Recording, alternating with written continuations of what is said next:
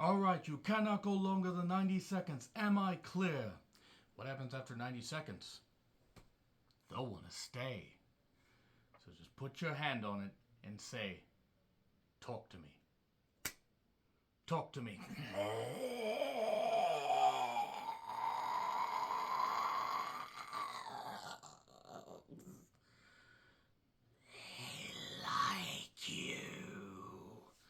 Talk to Me comes to us from A24 Studios as well as various Australian production companies. My God, you can definitely tell that Australia was all over this goddamn thing. From the accents to the film production to the fact that it was, well, located somewhere in Australia and has received a world of hype. I saw a trailer for this some 3-4 months ago and was like, A24 doing another horror movie. Yes, I am there. I am 100% there. I will absolutely get down and watch this. This was written and directed by Danny and Michael Philippou. I hope I said that right. If I didn't, I do apologize. Danny also helped write this, and Bill Hinsman helped write it. This is his feature credit. It's also based on a concept by a lot of people. I think a lot of cast had some input in on this, and you could definitely tell that they were having a blast making it. And there are a lot of really good practical effects, and it's about an embalmed hand that's got graffiti and writing on it and everything, and it's like about down to that. And it's just like a hand that's just in this position that you hold on to. And the hand, they're not really sure where the hand came from. It's somewhere, it's some type of instrument where you can communicate with the dead. So naturally, a bunch of young people that are purported to be in high school or just in college, while I'm sure that they are fairly young people, there is no goddamn way that they are anything other than at least early to mid-20s, except for Miranda Otto. She plays a mother in this, by the way. I would, and you would too. Been a big fan of Miranda Otto for a number of years. These young people get together and have seance type things where they just put their hands on it, they do this, they do that, they communicate. You have to say, I let you in, and it can't go past 90 seconds because otherwise they'll want to stay, and you have to light the candle to open the door and blow it out to close it, and it's really simple, and everybody films it, and it's viral, and that's a great idea.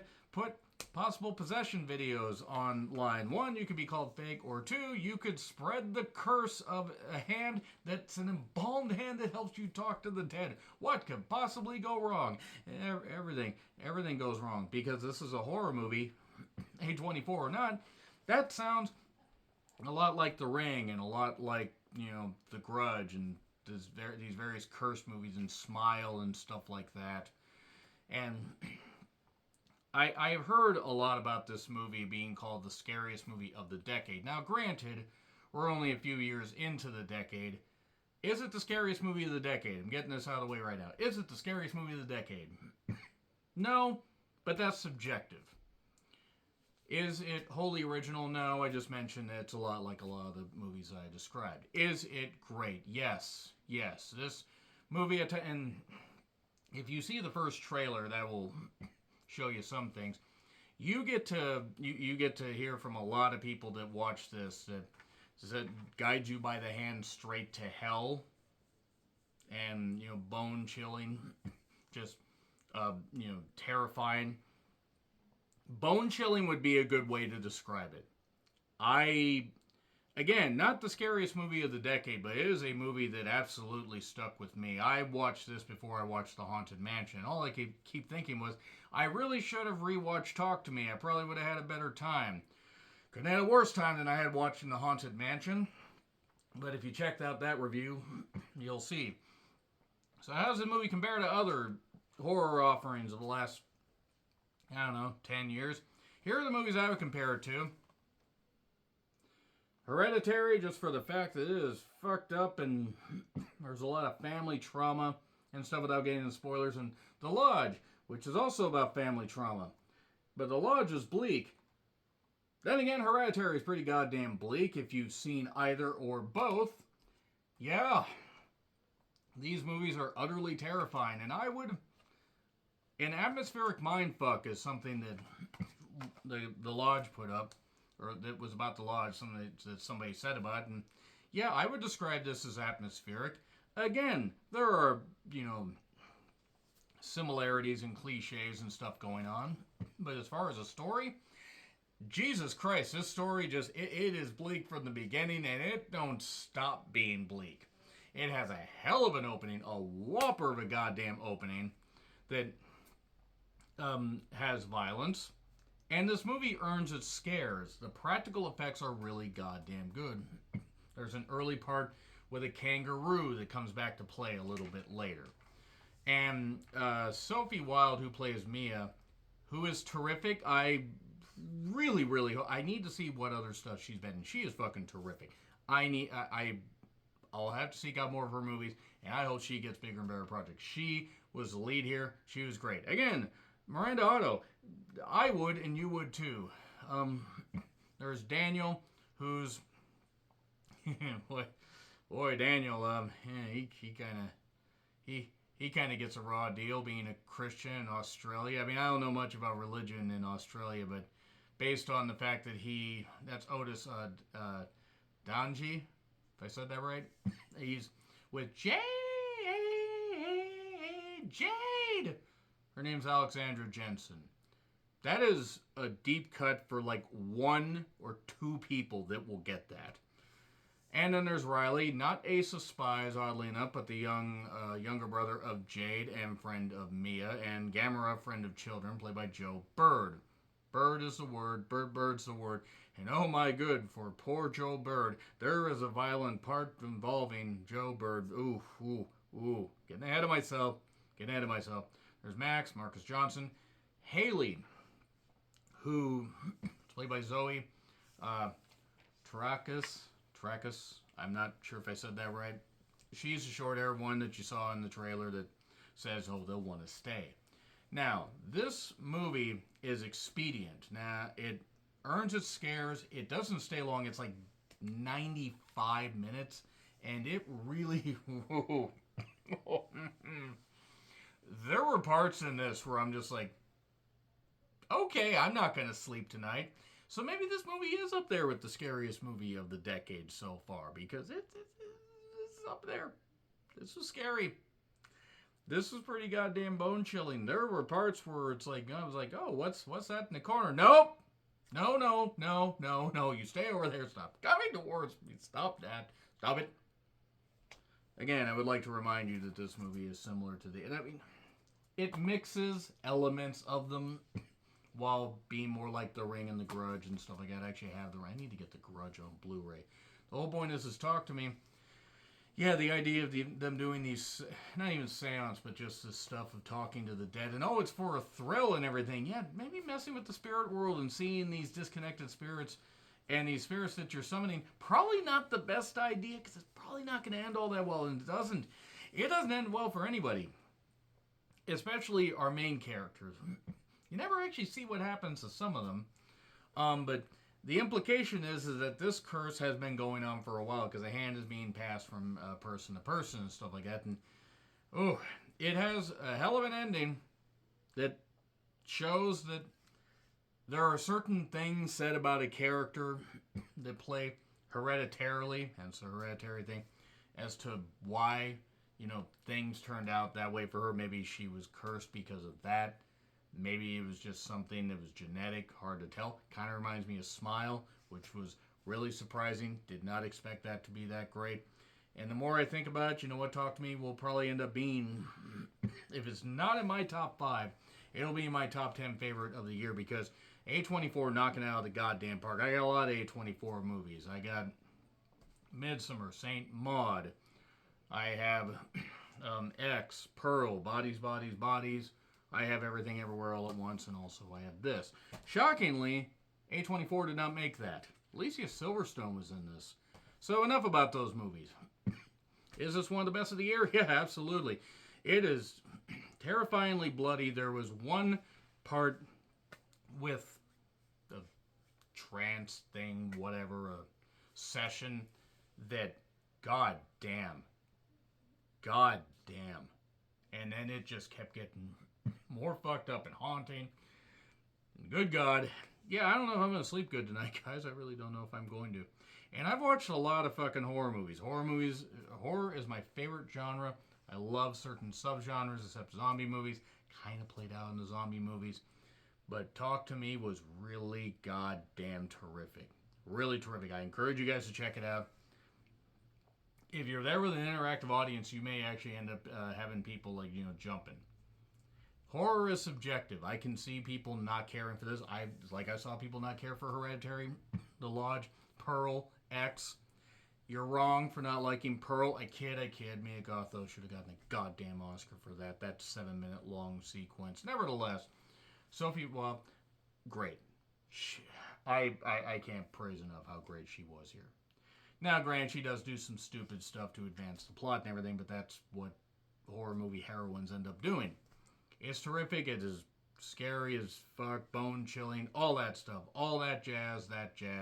Let me get into spoilers. 3, 2, 1, spoilers. So it turns out Mia lost her mother. Her mother OD'd on sleeping pills. And Mia has been haunted since then. She's been going through stuff. She has her friend Jade. There's Riley, her younger brother. And then there's Daniel, who's now the boyfriend of Jade, but also was somebody that Mia liked. Now, Mia is not really well liked by Haley because she's weird and depressed and all that stuff, and her dad's depressed. Mia's because they lost their mother in a tragic way. And then that kind of overlays the whole thing about Mia. So Mia decides to get in Haley's good graces, going to this whole thing. Hey, yeah, I'll do this whole talk to me thing. And then she sees somebody really fucked up and blah, blah, blah. And she's strapped to a chair. They strapped into a chair because of how they do that. You have to say, I let you in. Can't go longer than 90 seconds. And, yeah, she's seen some really fucked up shit and everything. And then does something where it's like, when she says, they like you, she's looking right at Riley.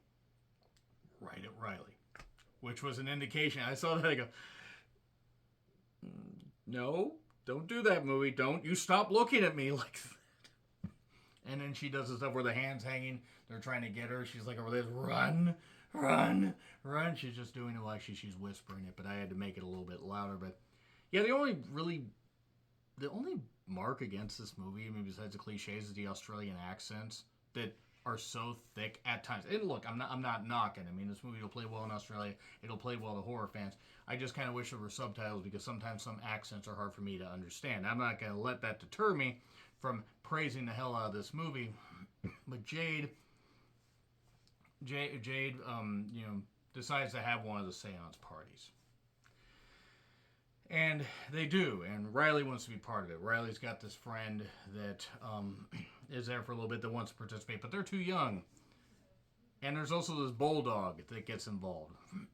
And you have Daniel, who's a good Christian boy that gets possessed, and then he's got his tongue hanging out after bashing his face a little bit. His nose is all busted. And then the horny bulldog's kissing him. And he's like, please delete that video. And I don't blame him necessarily. And then from there, Riley wants to be part of it. Now, one thing I do need to mention is the beginning of the movie. You have a guy that's going to get a loved one. He goes to get him. That loved one's not doing all that well. He comes back out with him. He's not doing great. People got their phones out. And then he turns around, and that loved one stabs him in the goddamn shoulder, and he goes down. Everybody freaks out, and then the guy stabs him himself in the face and dies. Wonder where they got the hand from. Yeah, they got the hand from the guy that got stabbed. Not the guy that stabbed himself. He's dead. But all his communication with the spirit world, Riley decides to do it because even though Jade and Daniel don't want to do that, especially Jade because that's her brother, Mia's like, sure, it's okay. Let's cut the time in half. 50 seconds. Well, almost in half. And then Riley gets locked in. And they can't get Riley free. 2 minutes. And he is bashing his face. Remember Hereditary? Yeah, again, Hereditary. When the teenage son was bashing his head into the desk. Yeah, well, this was more visceral than that. Bashing his face in. Scary as fuck. My God. My God, that was haunting. So he's all fucked up, but they forgot to blow out the candle to close the door. Now, yeah, he was there for 2 minutes, and now his spirit is caught in this spirit world, this evil spirit world. And Mia realizes she needs to try to free him. Mia's also dealing with the grief of her mother and has the hand to communicate with her mother, thinking she sees her mother. Doesn't see her mother. It's a spirit pretending to be her mother. The dad shows a note later. Hey, this is, a note where your mother and her life. It was that kind of note. I'm not saying the word because I don't want to get flagged and I don't really want to trigger anybody. But this is later on in the movie. She's struggling with her friendship with Jade because she's struggling with reality. She's seen certain things. At one point she wanted Daniel to stay over. And he was sleeping in the opposite position, so they could have 69'd each other if they wanted to, but I digress. This creepy spirit's in the corner and crawls up and starts... I thought it was going to bite the foot off. No, it starts sucking on the toes of Daniel. And then Daniel wakes up and realizes that it's actually Mia doing that. But Mia's possessed. Or maybe Mia's not possessed, but she keeps seeing her mother. This spirit's been locked on her because it's locked on Riley, and Riley's been beaten. He beat his face in. At one point, he's getting taken care of in the hospital, and then he's just freaking out, licking his blood off the goddamn floor, bashing the back of his head into the goddamn thing because the spirits have a hold on him. And Mia sees that the only way is to she has to find a way to get Riley's spirit back to his body. No, we're not going to go insidious here because Talk to Me is actually good. And it earns its scares and it earns its terrifying moments. And eventually what ends up happening is that's not her dad that actually read her the note. Nope, it's the spirit. And the spirit's attacking her. And then her dad runs in. And she's trying to reach for these scissors. And there's nobody actually attacking her. And her dad tries to help and right into the neck. And then she realizes the only way is to take care of Riley. That's what the mother spirit is saying. All this shit's going on. And earlier with Riley, she feels that he is a lot like this injured, almost dead kangaroo they saw on the road. So he's in the hospital. She gets his body in a wheelchair. And he's all like this. Everybody's trying to figure out where the hell they're going. She's clearly possessed, clearly off her rocker. She's going to push him into the goddamn road to save him. The mother spirit will protect her, or protect him. And then, just when she's about to do it, suddenly, something hits the goddamn windshield. Oh my God, she did it. She threw herself into the road. And then she's wandering around the hospital and everything, and the lights are shutting off and all this stuff because she's dead, she's in purgatory, all this stuff. And then she walks into this room, and then suddenly this hand is at this table with this candle. She does that, and now she's a spirit. And it's Spain or Mexico or something. Could have been Italy for all I know. I actually don't know what language they were speaking. But it's implying that we could get more Talk to Me universe stuff and everything. And yeah, A+. It's fucking terrific, and I'm not going to sleep tonight. Hooray! Anyway, agree, disagree, what I said, like, share, subscribe, Twitter handle in the description. I'm John Ritlin. I'll see you soon.